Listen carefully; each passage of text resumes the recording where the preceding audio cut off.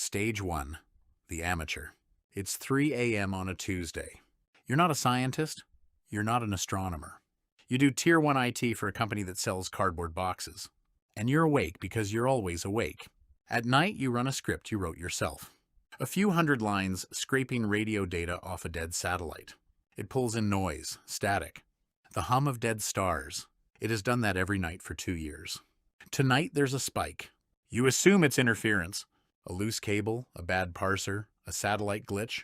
You check all three. They're fine. A clean repeating frequency, the same interval over and over. Far too regular to be natural. You run the diagnostic again, then a third time. The numbers don't move, and you realize you already know what this is. Space is silent, 8 billion people, and the silence breaks on your monitor at 3 a.m. over cardboard boxes. Somebody out there is talking, and right now you're the only one listening. Stage 2, the target. You do the normal thing.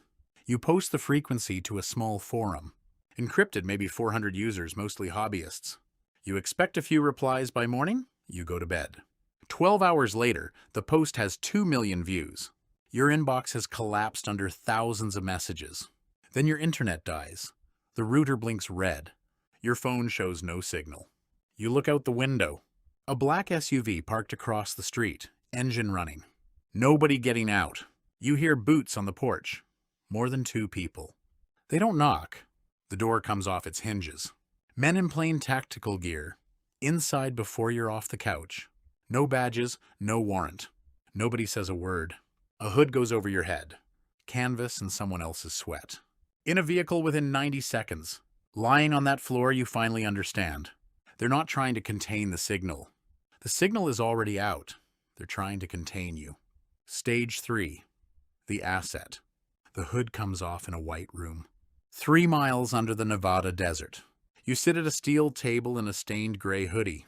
Across from astrophysicists, linguists, 4-star generals. Rows of ribbons. You wait to be treated like a criminal. You're not.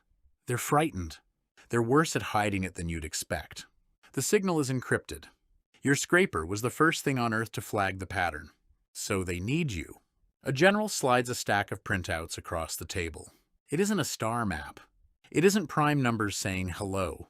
A single data packet, dense past anything.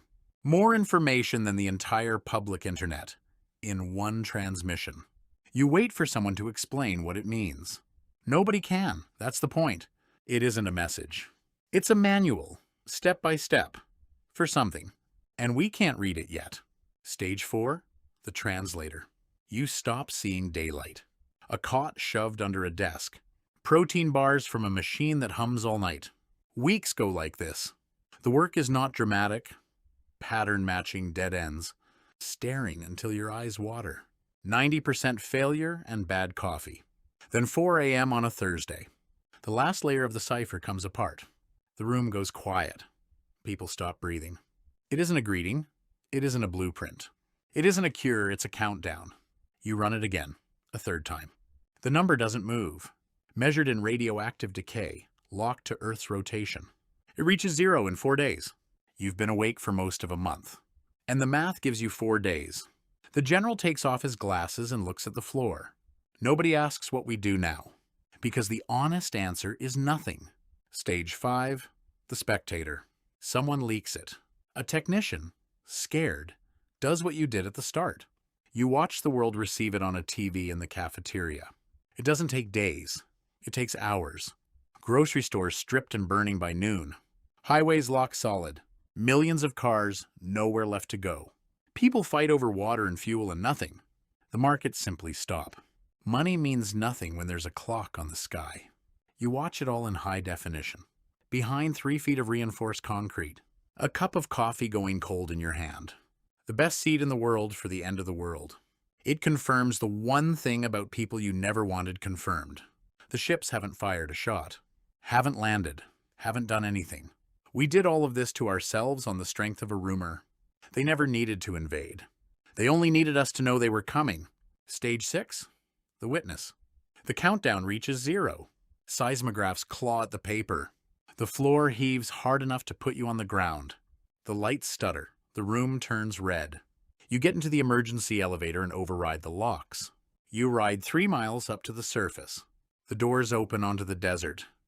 The desert is silent. No wind, no insects. You look up. The sky is black in the middle of the afternoon. They're holding position in the upper atmosphere. Geometric, miles across, painted onto the air. They cover the sun. They aren't firing. They aren't broadcasting. They aren't doing anything at all. You braced for an attack, a noise, a reason. There isn't one. Silence is the most frightening sound there is. Stage 7, the specimen. You walk out past the front gate. Your legs give out. You go down into the cold sand. You look up into the underside of the nearest ship. It starts to hum. The metal lights up. A column of blue comes down and covers you. Bright and loud become one thing. Gravity lets go of you. You go up. You can't breathe. You can't scream. Then nothing. You wake up in a room with no doors and no windows. Dark metal that doesn't reflect light, right? You try to move your hand. Nothing moves. You can't feel what's holding you down, only the fact of it. Total, from the neck down. Your eyes still work, that's all. The surface under you glows faintly. The air is ozone and burnt copper. Sharp at the back of your throat. Something hums through the floor, getting closer. You're a sample on a tray. Stage 8. The vessel. It comes into the room. Tall. Too tall. Folded out of angles your eyes refuse to hold. Shifting through directions that don't exist. It doesn't speak. No mouth, no sound, no question. It reaches into your skull and pushes. Your head fills with memory that was never yours. Galaxies burning without a sound. Worlds going to gray ash between 1 second and the next. The grief of a billion species at once.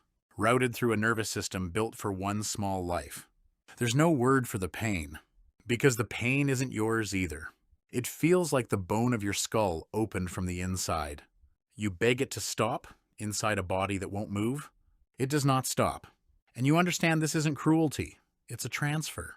Emptying their entire history into the only storage they have left. The storage is you. Stage 9. The keeper. The noise resolves into sense. You understand all of it at once. They are not here to take the planet. They don't want our governments, our water, our metal. They came here to hide. The burning worlds weren't conquered. They were home. Something is hunting them across the dark. Old past measuring. No reason, no mercy. The way weather has no mercy. They didn't choose Earth because it's valuable. They chose it because it's loud. The brightest, dumbest beacon in this part of the sky. They came to crouch down behind us. We are not a target, and we are not allies. We are cover. Then the last piece arrives. It goes through you like cold water. The signal you found at 3 a.m. over cardboard boxes. It didn't only reach Earth. The thing hunting them heard it too. And it's already here. Stage 10. The last man. The alarms on the ship begin to scream. A shudder goes through the hull, deep enough to feel in your teeth. The hunter has arrived. Whatever was pinning you down releases all at once. Your legs barely take your weight. You reach a window the size of a wall. The sky tears open. The black itself splitting, bleeding light. The engines catch. The stars stretch into lines. You put your hand flat on the cold glass. You watch Earth shrink to a blue point, and then without a sound come apart. Everyone is gone in an instant. Your family, everyone you ever spoke to. You're alive on a fleeing ship, the only human being left. Surrounded by refugees from a war nobody told us about. And somewhere out in the dark, on another loud little planet, someone sits alone at a screen, late at night, watching a strange clean signal repeat, and deciding to tell the world.